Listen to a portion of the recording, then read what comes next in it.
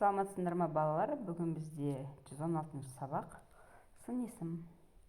Берілген сурет бойынша сипаттау мәтінін құрастырамын.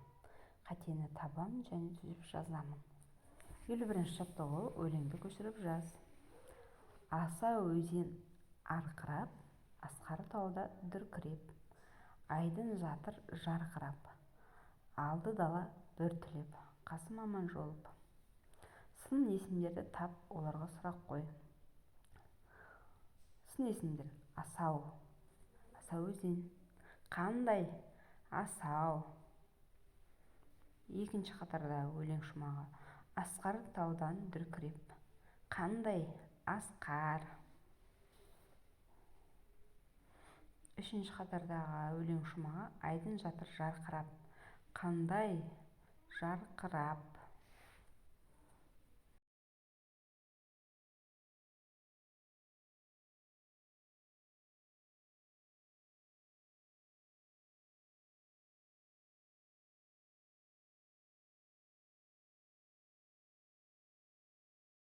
Елу екінші жаттығу суреттерге қарап, онда нелер бейнеленгенін айт. Алмұрт.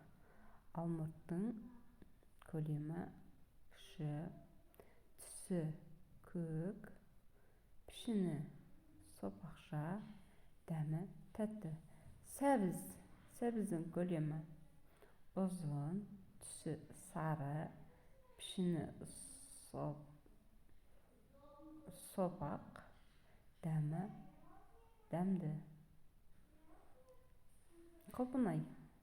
Көлемі кіші, түсі қызыл, пішіні дөңгелек, дәмі тәтті.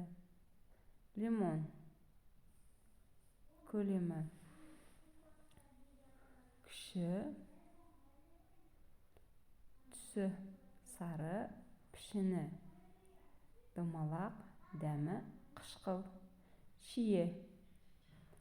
Көлемі кіші, түсі қызыл, пішіні домалақ, дәмі тәтті. Өзің қалаған бір сурет бойынша сипаттау мәнін құрастырып жаз.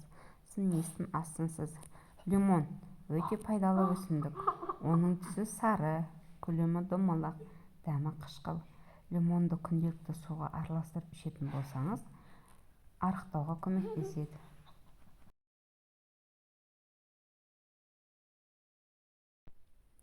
53-ші жаттығу сын есімдер қатарын тап. Бірінші: күрек, шеге, жасыл, келу. Екінші: піл, мөлдір, тұнық, маймыл. Үшінші: терең, жарық, қызыл, қою. Төртінші: балапан, таңқырай, үлкен, жүз. Бұл жерде бізде балалар сын есім қандай, қай деген сұраққа жауап береді. Сол үшін терең, жарық, қызыл, қою. Қандай? Терең. Қандай? Жарық. Қандай? Қызыл. Қандай? Қою.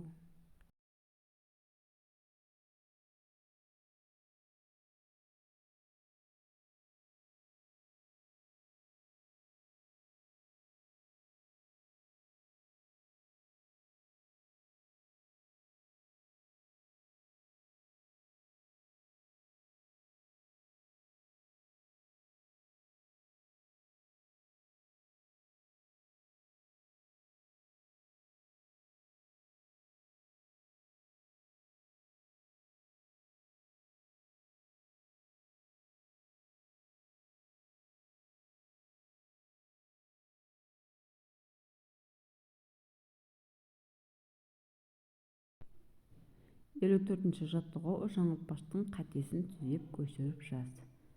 Үшкір, тұмсық, сыр, шымшық.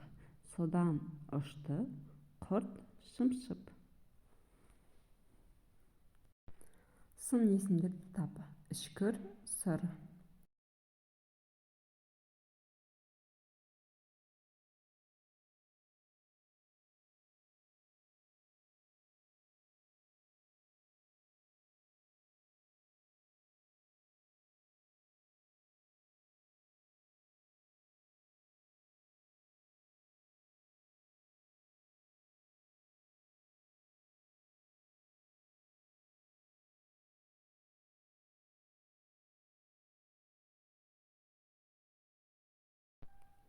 Балалар, осы арнаға тіркеліп, лайк басып кетуді ұмытпаңыздар.